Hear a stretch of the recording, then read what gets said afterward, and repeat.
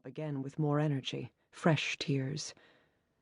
No good deed goes unpunished. The camera bag pulled, heavy and bulky. As she held the girl, walking up and down the street to flag attention, it knocked against her hip. She slipped the shoulder strap off and set it down on the ground, all the while talking under her breath to herself. What are you doing? What are you doing? What are you doing? The child was surprisingly heavy, although Helen could feel ribs and the sharp, pinion-like bones of shoulder blades.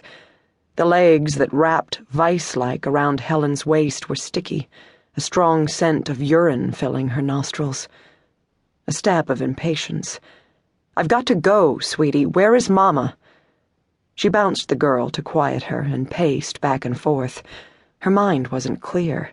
Why was she losing her precious hours, involving herself now, when she had passed hundreds of desperate children before? But she had heard this one's cries so clearly. A sign? A sign she was losing it was more like it, Lynn would say. A young woman hurried across the intersection, glanced at Helen and the child, then looked away. The orphanage was overflowing. Should she take the girl home with her? Once they abandoned this corner, she would be Helen's responsibility. Could she take her out of the country with Lynn? What had she been thinking to stop? Was it a trap? By whom? Was it a test? By what? Helen stroked the girl's hair, irritated. She had a heart-shaped face, ears like perfect small shells. A bath and a nice dress would make her quite lovely. 15 minutes passed. The idea of this being a sign seemed more stupid by the minute. Not a soul came, nothing except the tinny popping sound of guns far away. Helen toyed with the idea of putting the girl back down.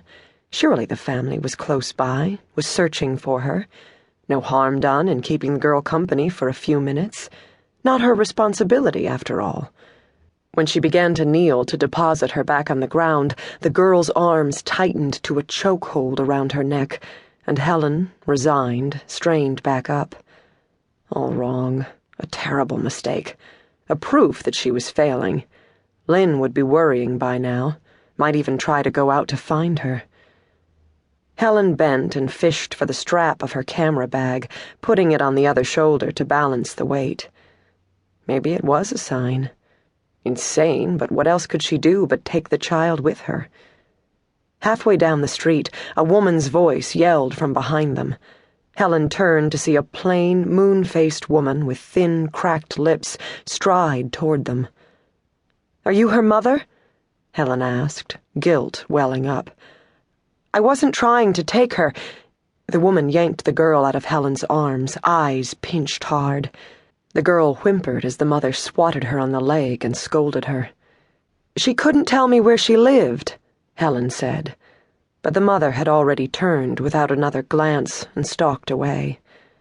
The girl looked over the mother's shoulder, dark eyes expressionless. In a few more steps, they disappeared around the corner. For the briefest moment, Helen felt wronged, missed the weight on her hip and the sticky legs, but then the feeling was gone. How had the mother been so neglectful anyway? It rankled that she had not been thanked or even acknowledged for her effort. But with the shedding of that temporary burden, the old excitement buoyed up in her again. The possibility of the girl disappeared into the past. She'd better pull herself together. She picked up her bag, checked her watch, and ran. On a normal day, the activity in the streets so filled her eye that she hardly knew where to turn, torn whether to focus her camera on the intricate tableaus of open-air barbers on the sidewalk, cutting their customers' hair, or tea vendors sweating over their fires and flame-blackened pots, or ink-haired boys selling everything from noodles to live chickens to cigarettes, or old men with whisk beards as peaceful as Buddhas, playing their endless games of ko tuong. And, too, there was the endless flotsam and jetsam of the war, beggars and amputees thronging every place where foreigners were likely to drop money. But today streets were vacant. The broken windows and smashed doors, like gouged